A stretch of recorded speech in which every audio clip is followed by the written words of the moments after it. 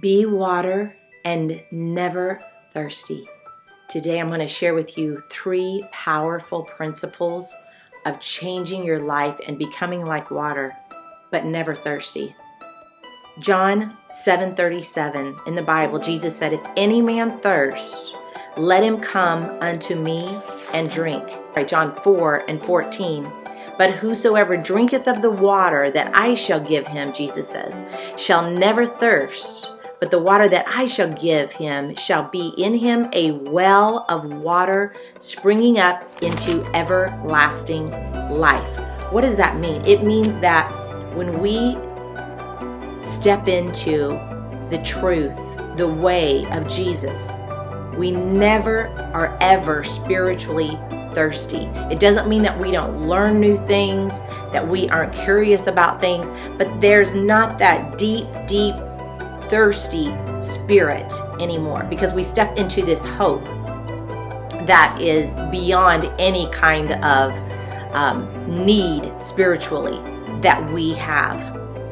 So Jesus is that source that satisfies our spiritual thirst. God created water, and mostly we're made up of water. According to the U.S. Geological Survey, our brain and our heart are 73% water, our lungs are 83% water, our skin is 64% water, our muscles and kidneys are 79% water, and our bones are 31% water. Water is a fascinating element, and it's used a lot in the New Testament. Jesus, of course, was born of water. He turned water into wine. He walked on water. He was baptized in water. He calmed the storms. And so I want to talk a little bit today about how we can be water but never thirsty. So when we step into this principle, we'll never be thirsty again. But there's 3 ways that we can actually be like water, this amazing element that our Creator has designed especially for this earth. The earth is, of course, mostly made up of water, and our bodies are mostly made up of water. So there's 3 areas. 1, flow. Flow like water.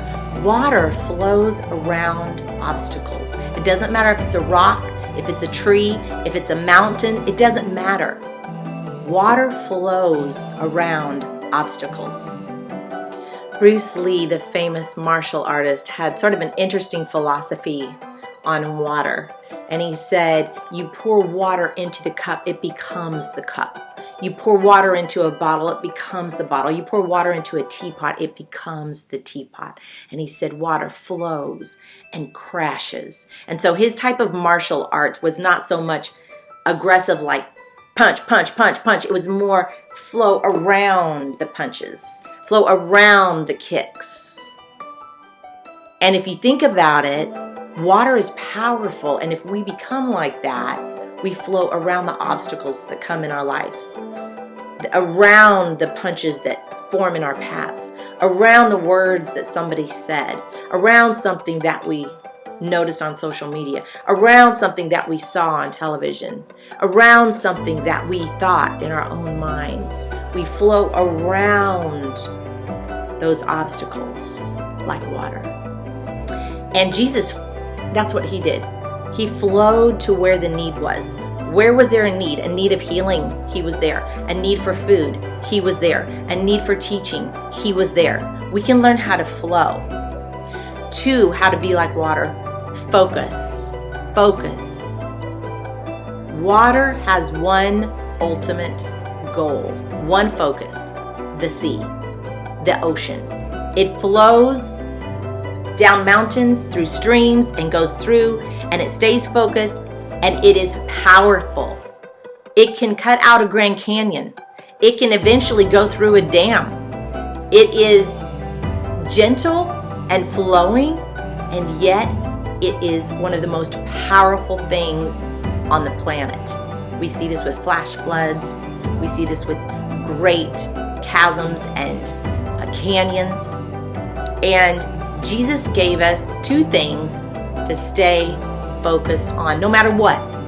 Stay focused on these 2 commandments. Love God and love your neighbor as yourself. Love God and love your neighbor as yourself. Stay focused on those. Stay focused, stay focused. So 1, flow. 2, focus. 3, and this is an art. This one's an art. This is a whole deeper teaching. But I want to give you just the tip of the iceberg. Shape shift. Shape shift. Water can become steam and evaporate. It can become frozen and become ice. It can become snow and fall. It can become a cloud and rain all over us. It shape shifts. It's powerful that way. It shape shifts. And Jesus was able to turn water into wine. He also changed into a resurrected body. So this is a pretty intense principle and truth. But how we can practice it is become what the situation needs. Shape shift into what the situation needs. So when you come into a situation, do you need to be a listening ear? Do you need to be a voice of reason? Do you need to just show love? Shape shift into what the situation needs. So those 3 things are ways that we can be like water. 1, flow. 2, focus. And 3, shape shift.